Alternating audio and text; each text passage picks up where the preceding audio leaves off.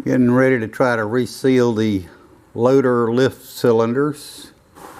I got this old house jack to support the loader with. It's on a couple of old Walker 5-ton jack stands with a 4x4.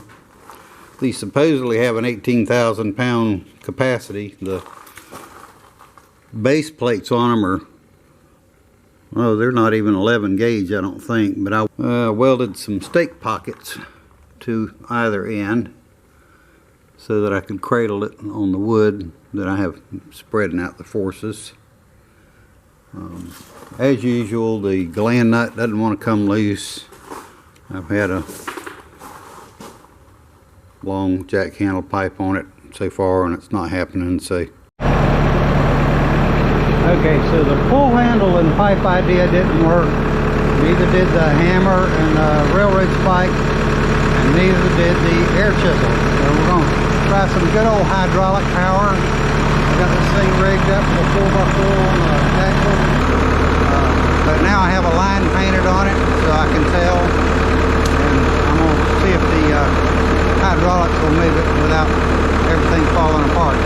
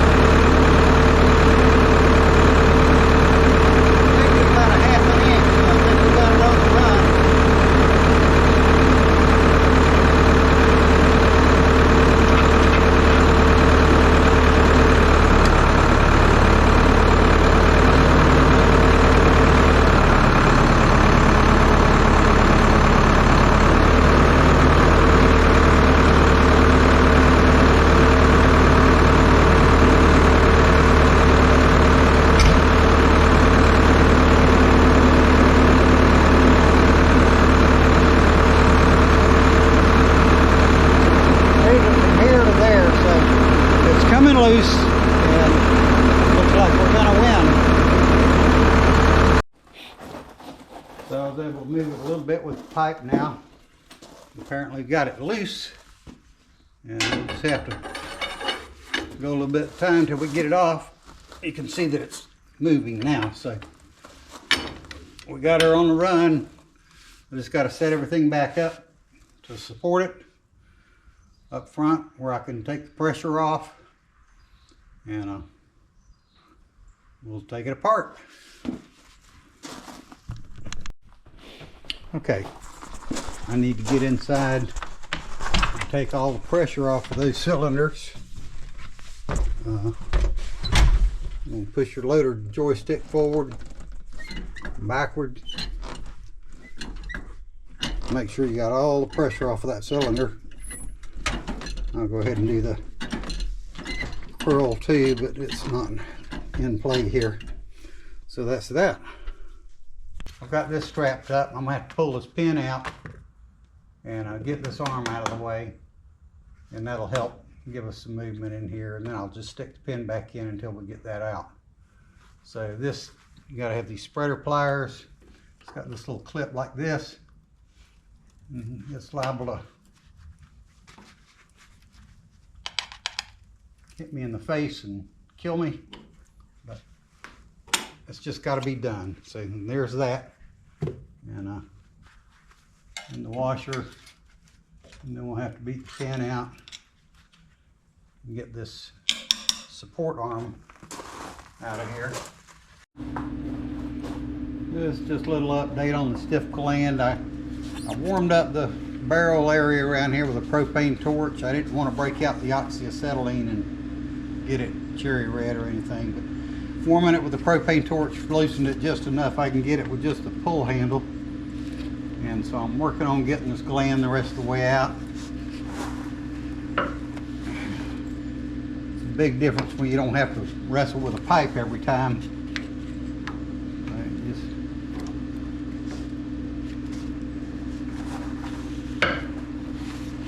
Keep working away at them until they come out.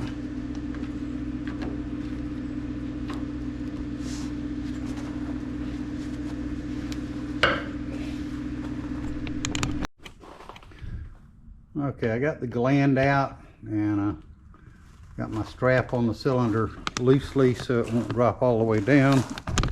I just gotta I've gotta pull this pin back out, drop it down so the oil can drain, and I'll pull the rod and piston out probably later. Let's see if I can get the pin out.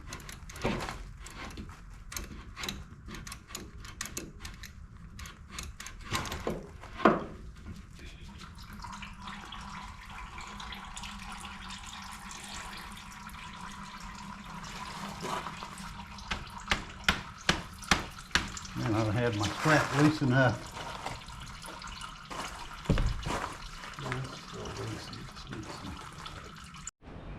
Alright, I've got the gland completely out of the barrel. I got the rod end cleaned up pretty good.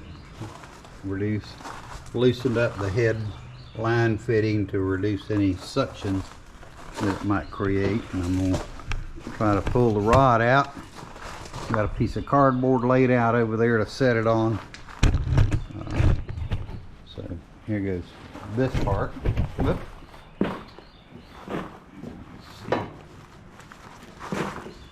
Now, uh-oh.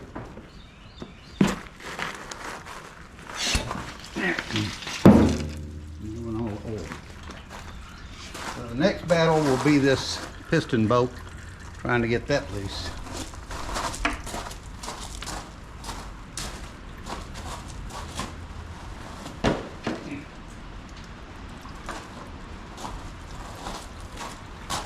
Okay. Got a little compressor that goes to 130 psi. Got an unregulated 1/2-inch port going to a 1/2-inch hose and a 1-inch Harbor Freight air wrench. But all I've got is a 12-point inch and 7/16 socket. It's a little bit. Now, just a quick follow-up. The very next try, it came loose.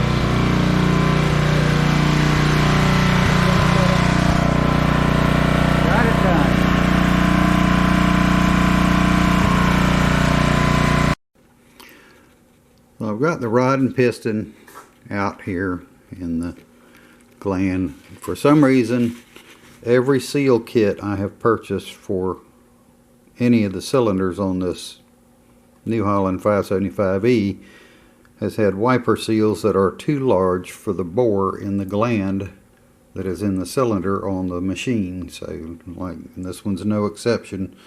The old seal had a 62 millimeter outside diameter and the new one's 65. So the options are to buy a different seal, which I'm probably going to have to do because I don't have a lathe, or take it to a lathe and have the gland machined out.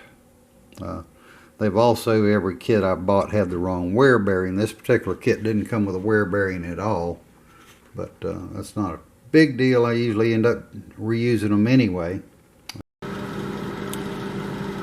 going to go ahead and start assembling some of these seals while I'm waiting on the wiper seals I ordered. Proper size because that's too big. I've got the piston seal warming up in some hydraulic oil over here. And go ahead and put the backer on that one.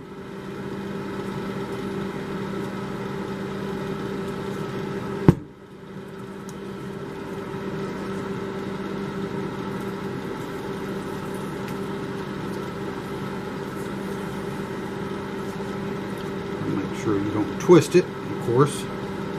That's the easy part. So then once this gets hot enough, it'll have to be stretched into place, and then I'll have to compress it with a piston ring compressor and let it sit to try to get it to go down in the groove enough to get it back in the thing. So then we've got this is your gland nut, okay, and this piston seal here will have to face the piston to keep the pressure on that side of the gland.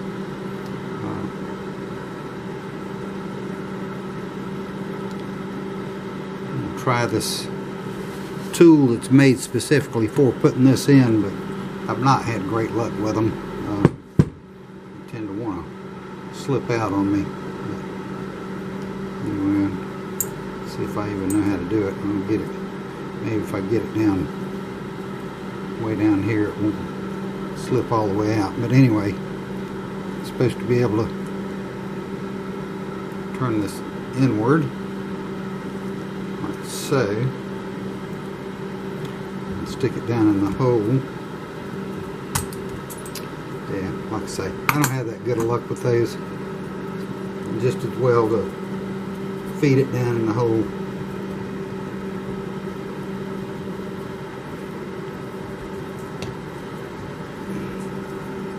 And some guys swear by them, and me personally, it's just an unwanted battle. So this will get it down in there.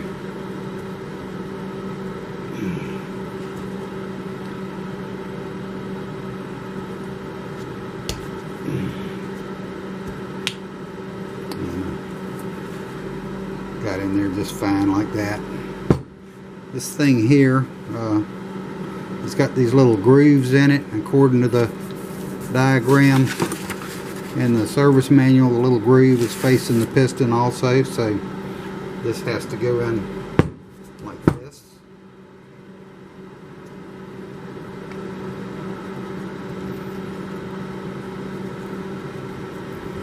And it's much easier than the other one. It just kind of floats in there. And you got your O-ring and a backer on here.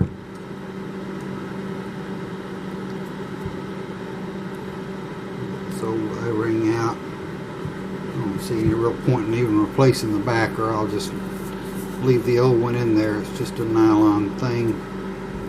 So I'll just put the new O-ring on the old backer is what I think I'll do.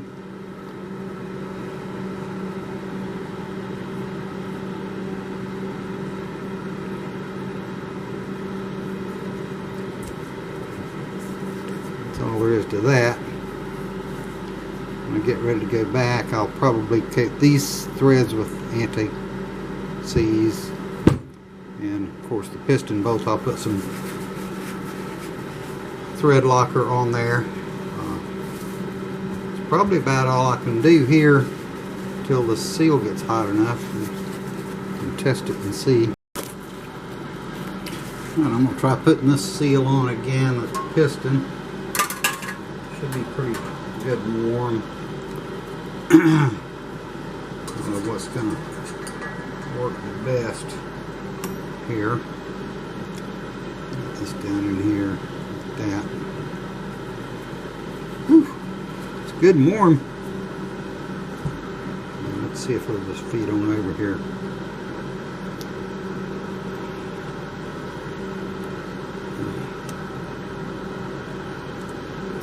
Try not to damage this wear surface on this bearing. I rounded the edges on this screwdriver so it won't catch. See if it helps.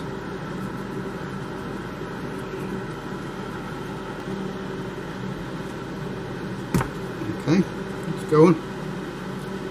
Okay, so the problem is now that when you can get it on, it's all stretched out and it's not going to want to go in the hole. So now we got to take these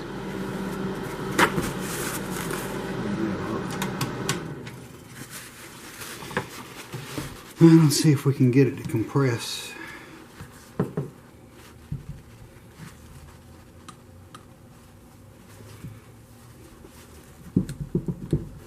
I think that's about as good as I'm going to get it. So that's flat and square. I'll let it sit like that for a couple of days while I'm waiting on that other seal to come, and hopefully it'll go in the hole.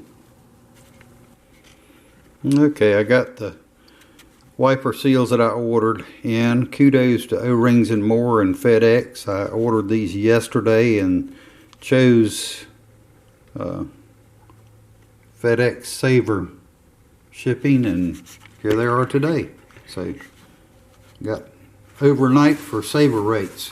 So anyway, we'll see if it'll go in pretty good. It's I like the design better than the one that was in this kit. This would have had to have been put in upside down, kind of, but anyway, it's not the right size. So anyhow, I like this design, and I had these rings in a ball joint kit that fits pretty good. So I'm going to try to pound it in with that. It's a little bit big, but maybe it'll go without. Pretty square. We'll see. I'm going to pound it around some more, try to make sure it's bottomed out. Slather everything down with oil good.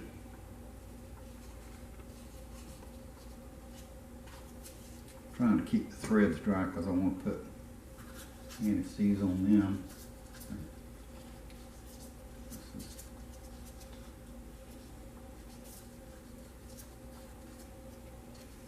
It's all lubed up good as I can get it. End of the rod's got a little taper to it, so that helps. Come on, there we go. Take this piece of wood in here, hit it a little more square. There it goes, like that.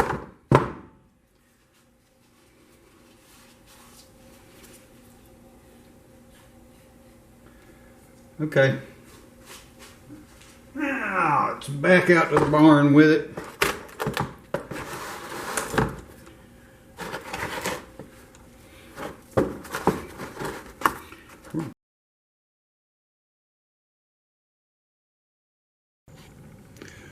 So moving forward with the assembly, I was looking down the bore with a light, and may not show right in the camera, but it's, you know, pretty obvious there's no damage there, but my inside threads need to be cleaned up as well as the outside threads. Otherwise it's going to be another battle going back together. So I'm going to take a wire brush and try to clean all those out, and then we'll stuff it together.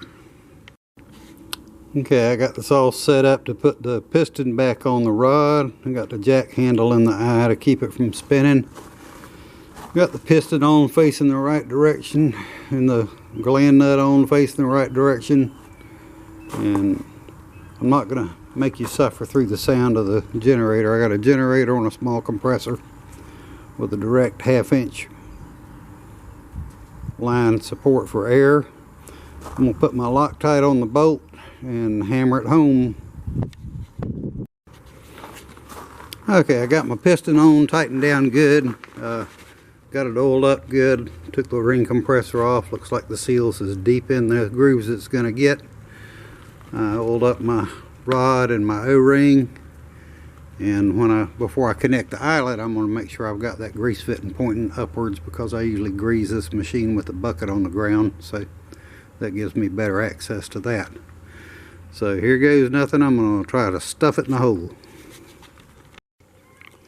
One thing I want to mention, when you operating a large air wrench on an unregulated 1/2 inch hose, you need to, after you turn the compressor off, you need to go ahead and bleed it down with the air wrench before you attempt to disconnect the hose, because it comes off with quite a punch and it could hurt you.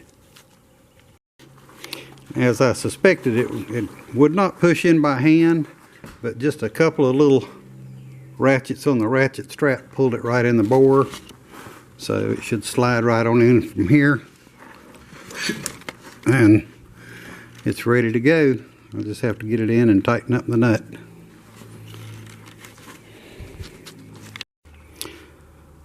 So unlike the battle I had screwing this nut out, with the threads all cleaned up and lubricated with anti-seize, I was able to screw it all the way back in with a big pair of channel locks. As outlined, I've cleaned this last little opening up, got all the anti-seize out of there with brake cleaner, and I'm going to put a bead of silicone in here and tighten it up the rest of the way. I'll put the peg wrench back on here with a cheater pipe and give it one ooga dooga, and it ought to be good to go. So regardless of the design and appearance of this safety channel, I cannot find any position on this loader where that channel will go in, hook in on this side, and then curve around to the other. So it's going to have the pin pulled back out to put the safety channel back on. So I'll just do an update. To get this prop channel back in was pretty tricky. I had to push the pin back, not out, but as far as I could back that way. I had to then feed this split ring that captures that pin up in between there, and then beat the main pin back through. And now I'm having to try to pry the ring that captures that pin back into place. Then I can put the snap ring on that keeps this in place. Okay, I've got all the snap rings back in place. I've ran the loader up and down a few times, got no leaks, so the operation is finally complete. This safety prop turned out to be quite the challenge out of the whole operation, but it's back in place and it needs to be, so we're all done.